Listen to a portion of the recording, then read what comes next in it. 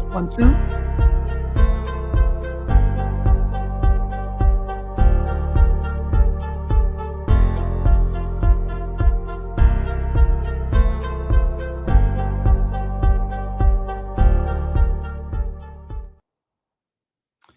Well, welcome, my beautiful people, to this week in review.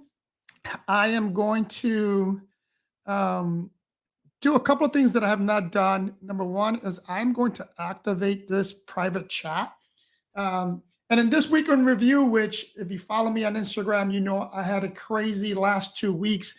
And then the question of the week that I'm going to go ahead and get right into is the following, and it's part of, or it rolls really well with my week, right? So the question is, let me get to it. Is Fernando, what are the trends for fall travel in 2024? And it's a great question because summer's over, we are into fall. If you follow me on Instagram, you know that in the last 2 weeks I've been on the on the West Coast, specifically in Washington State. We went to Seattle, got on a cruise from Seattle to Alaska. They went to Canada, went back. But the reason we did that is because fall is really a great time to travel, and there's a couple of phrases in the industry that I'm going to talk about today because it really goes well into this question and you should really be familiar with if you want to take advantage of cheaper travel and travel that is going to give you a better experience because there's going to be less people. Now, the first thing I want to talk about is what we in the industry refers to as slow travel. Now, this is something that I do often, and I'm going to explain why, right? First, let me give you the definition of slow travel. Slow travel is an immersion experience, meaning it emphasizes quality over quantity. Now, this encourages the traveler to spend more time in a specific region or area so that you can really have a deeper connection with the culture and with the people in that specific region or area, right? Now, I just mentioned that I spent some time on the West Coast, and we did it on a Alaskan cruise that took us to Alaska and Canada. Now, the difference between an Alaskan cruise and a cruise like a Caribbean cruise, or one that most people are used to, is part of that is what is referred to as slow travel. Because on an Alaska cruise, you're going to spend a lot more time in specific areas. You get there in the morning, you don't leave at night. Same thing happens if you take a Western European cruise. You're going to be in port almost all day, if not a full day, which gives you the opportunity to take advantage of what we refer to as slow travel. But in reality, it's really more than that. So, for example, if you follow up my Instagram, you know that I'm going to be spending 30 days in Europe. I leave on Tuesday, and I'm going to spend 30 days there, specifically in the Netherlands and Brussels, right? Those two countries where I'm going to spend a lot of time in. But I'm doing that so I can get a better feel for those two countries, right? Unfortunately for us in the U.S., most people usually only take 2 weeks of vacation out of the year, and oftentimes they don't even take them together.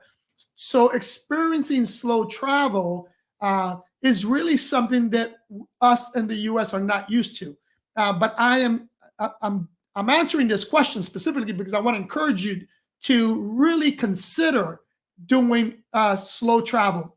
And you may be asking, what are the correct characteristics of a slow travel destination? It's this. Number one, it's anytime you're going to stay in a specific area for longer than a week, usually about 15 days to a month, so that you can, like I said, you can really engage with the local community, right? And then the next thing about slow travel that's really important is it when you do it, it's ideal that you stay either in Airbnbs. Now, you know, I'm really self promoting here because, um, you know, Airbnbs is part of my business, but it really is a different experience. And if you're not going to stay at an Airbnb, then my next recommendation is to stay at a boutique hotel, right? Or boutique bed and breakfast. Uh, Something in which you're not going to stay at a commercialized hotel chain. Stay away from that. And the purpose, again, for at least for me, when I travel, is I want to get to know and embrace other cultures, other destinations. And when you're staying at a Marriott that you can find anywhere in the world, yeah, it takes away from that, right? And so the benefits of slow travel is that cultural experience, right? There's a benefit in terms of your personal well-being because it's a slower pace, so you don't have that stress that you normally have when you're let's say you're going to Europe for a week and you're constantly being rushed because you want to go to the next destination. And oftentimes people take vacations during um, peak season, right? Slow travel really occurs in the off season, which is from September, October in the fall, and part of November. And then in the spring is from April and May is what is referred to as slow travel months because they're the off season. Now, as a result of the less stress, you're going to feel better. You're going to enjoy things better. It's going to be a much slower pace. And like I mentioned, it's for me is if you can, if you have the ability to do so, you're going to see more and you're going to experience more when you do slow travel. Now, the next thing I want to talk about as it relates to off-season travel, it's there's a saying in our industry that's referred to as shoulder season travel. Now, I just gave you the periods of that, which is September, October, and then in the spring is April and May. But here's why you want to take advantage of traveling during those months. Number one, you're going to have fewer crowds, right? I don't know if you've been to Barcelona or Madrid in July or August, but people, it is hot. It is super crowded. Same thing applies in the US. If you go to New York City in July and August, super hot, super crowded, and expensive. Because if you travel during the months I just mentioned, you're going to literally pay half. I've talked about this a lot on this channel and on my Instagram. Um, the price is really double during peak season. So take advantage of the lower season. And then the last thing I want to talk about why you should really consider it is the weather, right? I just talked about July and August in Madrid, Barcelona, in New York City, people, or Miami. People, it is freaking hot, right? But if you travel like now, for example, in the West Coast, man, Seattle was beautiful. The weather was in the 60s. Now, we did have 2 days where it was really overcast, and we did get some rain in Alaska. But for the most part, it was in the 60s, sunny. The weather was just perfect. And the scenery is better, right? In the fall, you start to get the changing of the leaves and the changing of the colors, and you have the fall colors. And in the spring, you're starting to get color, right? It for me really is a win-win when you travel in what's referred to as shoulder season, right? Now, let me go over a couple of things in terms of some beautiful areas to visit during this time. I'm going to give you 3 spots that I recommend you travel during the shoulder season. One, I've talked a lot about in this channel, and that's Tuscany, Italy.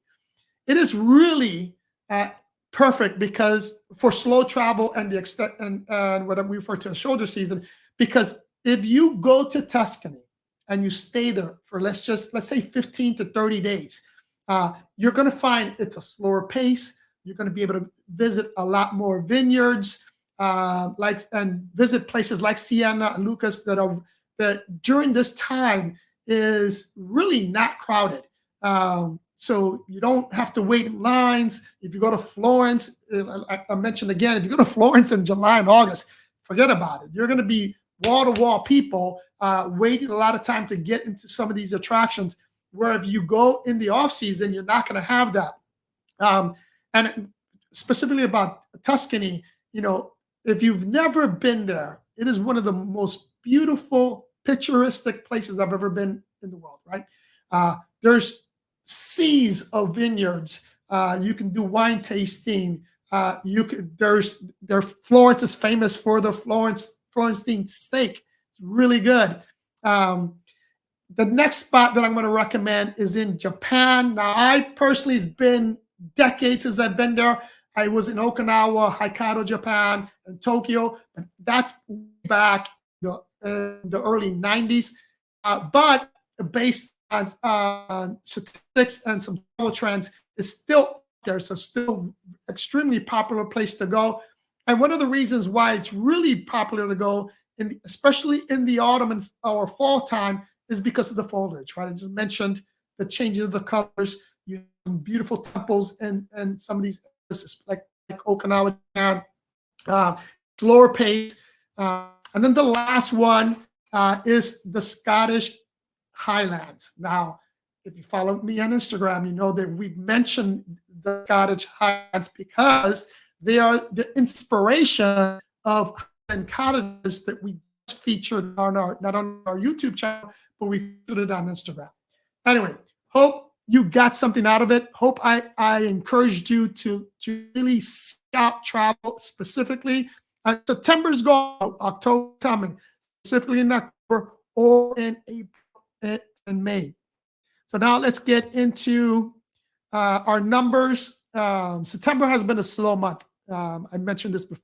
It is off, and it's also off season for us. So our rental revenue for this past week was 7,000. In fact, let me share the screen so you can see it. I always forget to share the screen. Presentation, share screen.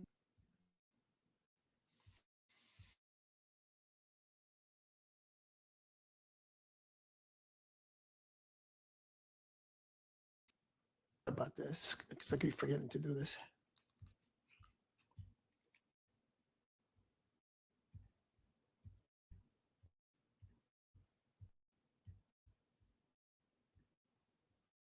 All right, so here's my screen again. Rental revenue was about 27,000. We have 245 nights booked. Occupancy rate is at 60.67. Again, way below where I wanted. I want to be at 75 to 85. I'll be happy at 60 is low. Average daily rate is at 110, and part is at 67. The numbers are low for the last week of September. Bulk of the revenue came through Airbnb at 12.9. Booking is at 6.4. We're at 3.6. Marriott is at 1.8, and all other platforms at 0.6. Our Miami luxury property is at 463. Oakland Palms 211. Jupiter is at 155, and Miami Arco is at 146. In terms of nothing to report in terms of staffing, projects, I mentioned that in this video already. I'll be in Europe. We're going to be optimizing some properties and some short-term rental businesses, right? You are a short-term rental operator. You are running a business. If you want to learn how to optimize that business, DM me, shoot me a message, especially if you are in Europe, since I'm going to be there. Take advantage of that because it's going to save you some money on my travel cost. But we're going to be there. We're going to be, again, follow me on Instagram as well, because that's where I post all especially my behind the scenes stuff. I do it on stories. So if you want to follow me, you want to learn what I'm doing, live vicarious through me, and some of the locations I'm going to be going to, then follow me on Instagram. Anyway, hope that was useful. If it was, hit that like button, subscribe if you haven't subscribed, follow me on Instagram. I love you guys, and I'll see you in the next one.